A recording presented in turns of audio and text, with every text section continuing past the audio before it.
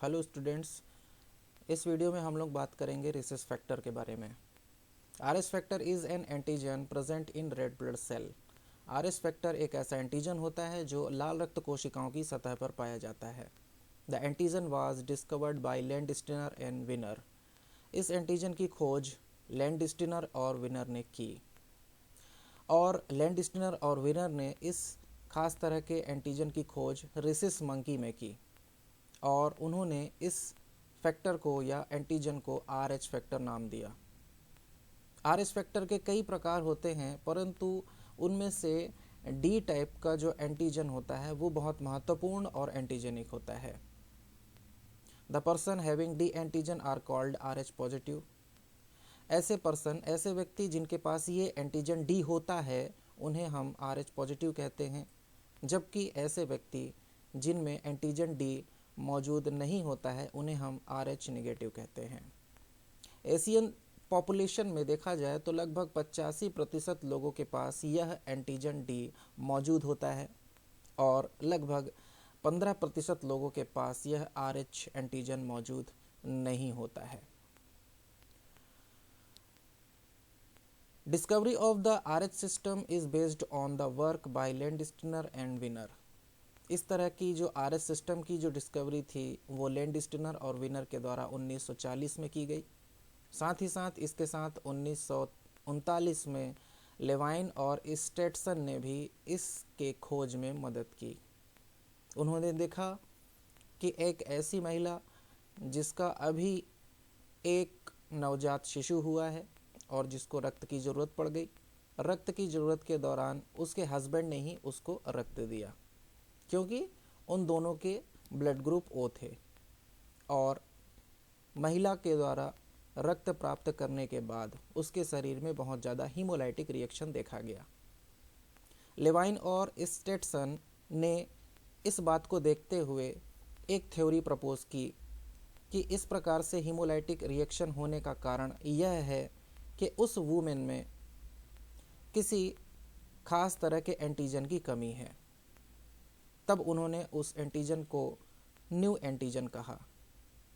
ये ऐसा एंटीजन था जो जन्म से ही उस बच्चे को अपने पिता से मिला था, और यह antigen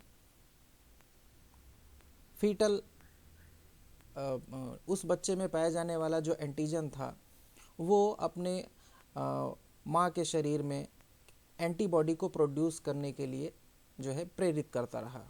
when she was transfused with husband blood, और उसके बाद जब उसने अपने हस्बैंड का ब्लड लिया तब वो उस महिला के शरीर में बना हुआ जो एंटीबॉडी था उसके कारण ही हीमोलाइटिक रिएक्शन हुआ। 1940 में लैंडस्टीनर और विनर ने रिसेस मंकी के ब्लड को रेबिट और गिनिया पिग में डालकर देखा। तब उनको परिणाम स्वरूप यह पता चला कि उनके शरीर में ब्लड डालने के बाद, यानी कि रेबिट और गिनिया पिग, साथ ही साथ 85% लोगों में एंटीबॉडी के द्वारा वो ब्लड सेल एग्लूटिनेट हो गया। इस प्रकार these 85% where called RH recess positive. इस प्रकार उन्होंने कहा कि 85% लोगों में पॉजिटिव आरएच पॉजिटिव मौजूद है, यानी कि आरएच एंटीजन मौजूद है, because they possessed the same antigen that was present on the red cell of rhesus monkey, and rest of population were called Rh negative. It was found that the antibodies to the same antigen can cause a hemolytic reaction. यहाँ पर जो चीज़ मैंने बताई है उसको मैं picture के ज़रिए से समझाने का प्रयास करूँगा। यहाँ पर लेवाइन और स्टेटसन ने ये बात देखी कि ऐसे दो व्यक्ति, यानी कि महिला ओ नेगेटिव और पुरुष अगर पॉजिटिव है, देखा उन्होंने कि एक महिला थी जो ओ नेगेटिव थी और एक पुरुष था जो ओ पॉजिटिव था। उनके मैरिज के बाद जो गर्भस्थ शिशु था उसके बॉडी में मौजूद था आरएच एंटीजन, जो कि उसके पिता से उसको प्राप्त हुआ था। और आफ्टर डिलीवरी उन्होंने पाया कि महिला के शरीर में कुछ एंटीबॉडी यानी कि anti-RH एंटीबॉडी प्रोड्यूस हो चुके थे। ये एंटीबॉडी जो है महिला को ब्लड ट्रांसफ्यूज़न करने के दौरान जब उसके हस्बैंड ने उसको ब्लड ट्रांसफ्यूज़ किया तब ये देखा गया कि महिला के शरीर में जो एंटीबॉडी मौजूद थे वो जो है इस हस्बैंड के आरबीसी के चारों तरफ पाए जाने वाले RH एंटीजन से एग्लूटिनेट हो गए और इस तरह से महिला जो है हीमोलाइटिक रिएक्शन की शिकार हो गई। इसी चीज़ की खोज करने के दौरान उन्होंने रेसिस मंकी का प्रयोग किया और उसके ब्लड को जो है आरबीसीज को गिनिया पिग और रैबिट और लोअर एनिमल में डालकर देखा तो उन्होंने पाया कि एंटीबॉडी के द्वारा वो रेसिस मंकी के जो सेल थे वो सभी एग्लूटिनेट हो गए। यही स्थिति उन्होंने 85% लोगों में देखी और उन्होंने बताया कि तकरीबन 85% लोगों के पास एंटीजन डी होता है जिनमें ये एग्लूटिनेशन होता है, जबकि 15% लोगों के पास वो डी एंटीजन नहीं होता है जिसकी वजह से उनमें एग्लूटिनेशन नहीं होता है और उन्हें रेसिस नेगेटिव या RH नेगेटिव कहा जाता है। आइए अब देखते हैं transfusion reaction due to RH incompatibility. अगर RH की जांच किए बिना ब्लड ट्रांसफ्यूज़ किया जाए तो कौन कौन से रिएक्शन उभर कर आते हैं। When A RH negative person receive RH positive blood, जब कोई ऐसा व्यक्ति जो RH नेगेटिव होता है और वो RH पॉजिटिव ब्लड को रिसीव करता है ब्लड ट्रांसफ्यूज़न के दौरान, तब ये जो घटना है पहली बार यानी कि पहली बार का रक्तादान यानी कि पहली बार का जो ब्लड ट्रांसफ्यूज़न होता है he is not affected much. इसमें उस रेसिपिएंट को किसी भी तरह का ज़्यादा अफेक्शन नहीं होता, कोई प्रभाव ज़्यादा नहीं पड़ता। Since the reaction do not occurs immediately, क्योंकि उसके शरीर में तुरंत कोई प्रतिक्रिया नहीं दिखाई देती है। But the RH agglutinin develop with in 1 month. अब ब्लड ट्रांसफ्यूज़न के 1 माह बाद जब उसके शरीर में RH एग्लूटिनिन या anti-RH एंटीबॉडी शरीर में उत्पन्न हो जाते हैं, the transfused red blood cell which are still present in the recipient's blood are agglutinated. और 1 महीने के बाद जो उसके शरीर में RH पॉजिटिव के ब्लड हैं वो एग्लूटिनेट होने लगते हैं। दीज एग्लूटिनेटेड सेल आर लाइज्ड, और वो एग्लूटिनेटेड सेल जो हैं टूटने लगते हैं किसके द्वारा, मैक्रोफेजेस के द्वारा यानी कि मोनोसाइट के द्वारा इंगल्फ किए जाते हैं। सो ए डिलेड ट्रांसफ्यूज़न रिएक्शन ऑकर, जिसके कारण उस रेसिपिएंट में डिलेड ट्रांसफ्यूज़न रिएक्शन दिखाई देता है यानी कि 1 महीने बाद ट्रांसफ्यूज़न के द्वारा होने वाली प्रतिक्रिया दिखाई देती है। But it is usually mild, परंतु यह जो है रिएक्शन बहुत ही माइल्ड होता है और उस रेसिपिएंट को बहुत ही कम प्रभाव पड़ता है।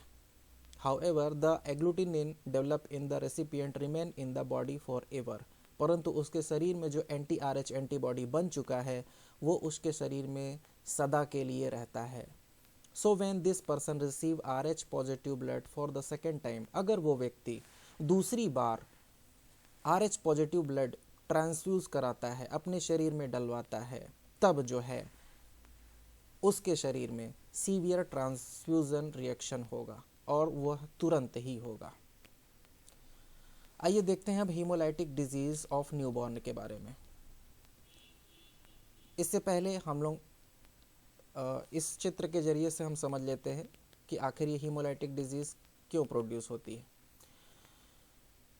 फादर से प्राप्त जो RH एंटीजन हैं अगर बच्चे में आ जाते हैं, तो यहाँ पर एक उदाहरण के ज़रिए से हम समझते हैं कि बच्चा अगर RH पॉजिटिव है और मदर अगर RH नेगेटिव है तब क्या होता है।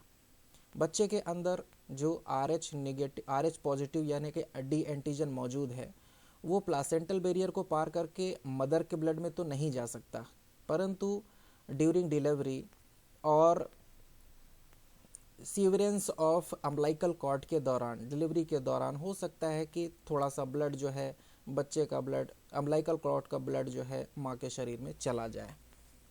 तो पहला बच्चा जो रहता है वो सेफली एस्केप कर जाता है, बाहर आ जाता है, उसको कोई तकलीफ नहीं होती। लेकिन उस दौरान, डिलीवरी के दौरान, अगर बच्चे का ब्लड माँ तक पहुँच चुका है तब माँ के शरीर में एंटी-RH एंटीबॉडी बन जाता है।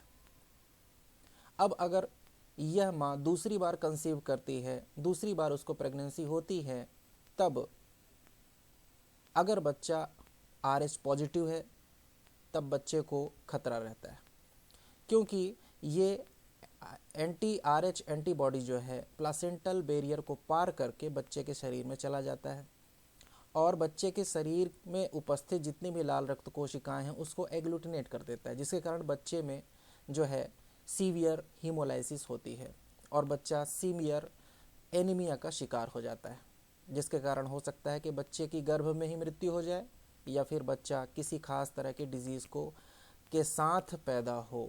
उस तरह की डिजीज़ को हम कहते हैं इरिथ्रोब्लास्टोसिस फीटालिस। आइए देखते हैं इसके बारे में। ये पहली डिजीज़ है न्यूबॉर्न की।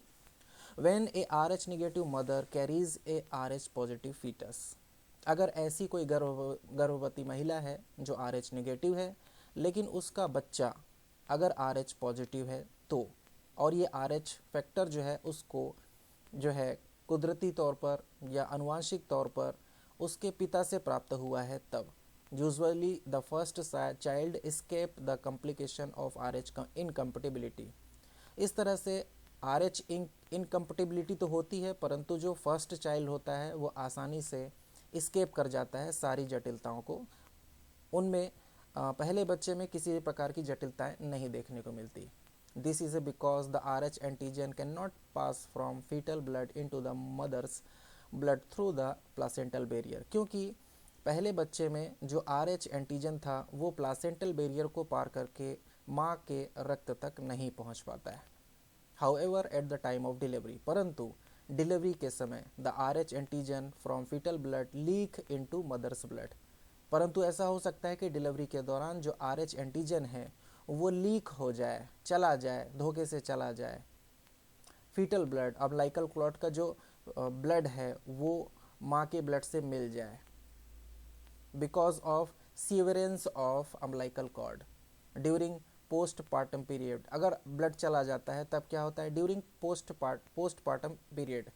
पोस्टपार्टम पीरियड किसको कहते हैं कि आफ्टर डिलीवरी जो 40 डेज़ का पीरियड होता है मदर का, जिसमें लगातार उसको वेजाइनल ब्लीडिंग होती है, उसको हम पोस्टपार्टम पीरियड कहते हैं।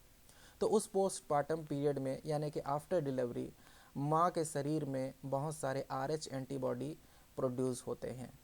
When the mother conceive for the second time and if the fetus happens to be RH positive again, अगर वह माँ दूसरी बार गर्भवती होती है और दूसरी बार उसका बच्चा RH पॉजिटिव होता है तो the RH antibody from mother's blood crosses the placental barrier and enter the fetal blood।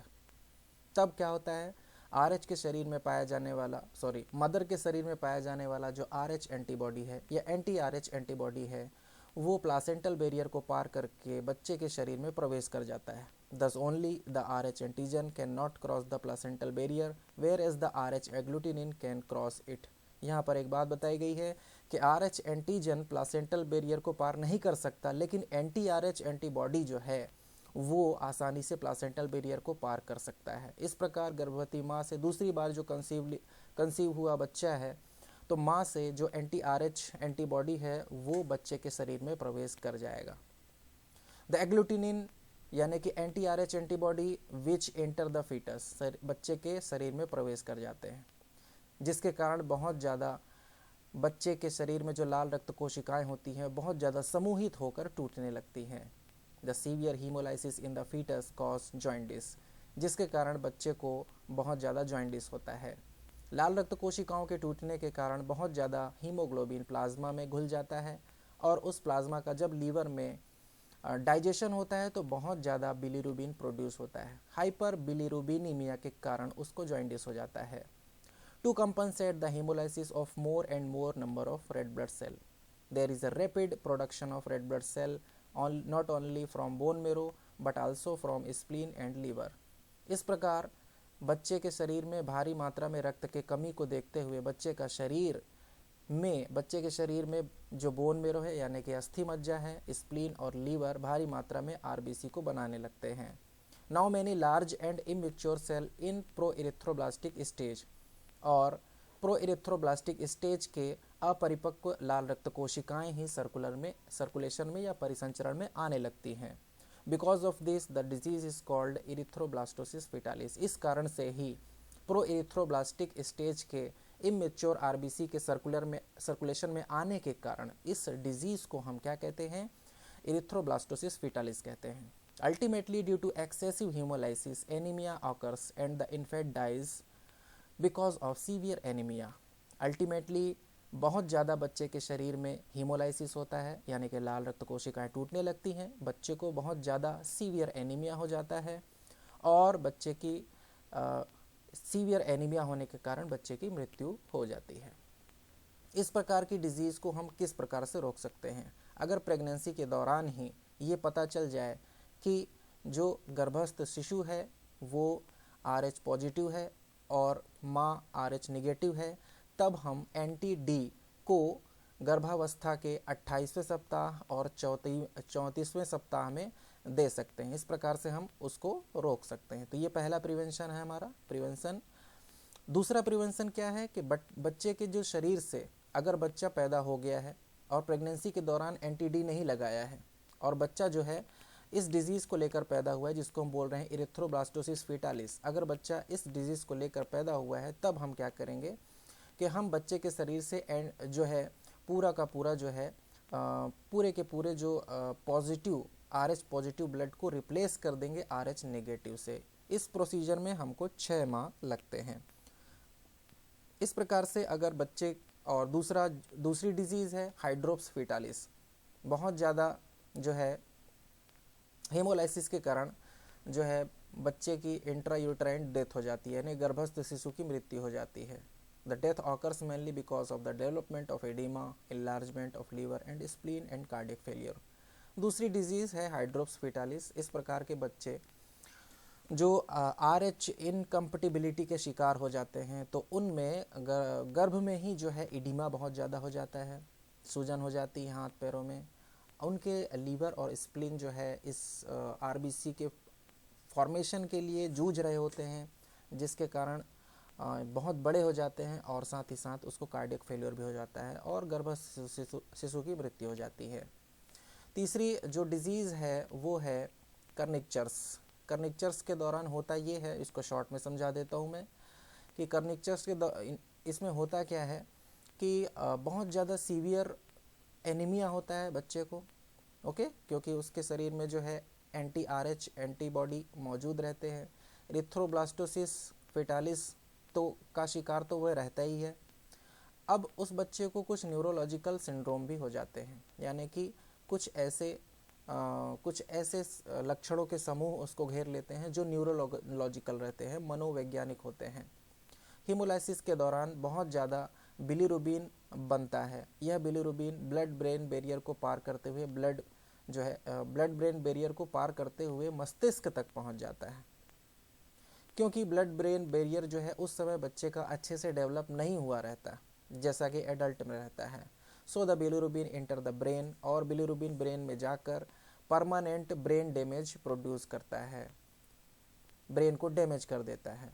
और ये बिलीरुबिन मुख्य रूप से बेसल गैंग्लिया और मोटर एक्टिविटी को अफेक्ट करता है जिसके कारण बहुत ज़्यादा डिस्टर्ब कर देता है यह ब्रेन के फंक्शन को, जिसके कारण बच्चे को डीफनेस भी हो सकती है, कोरियो एथेटोसिस और स्पास्टिसिटी। इस सभी लक्षणों के समूह को हम एक साथ कर्निक्चर्स कहते हैं। It is all about the RH factor. Thank you.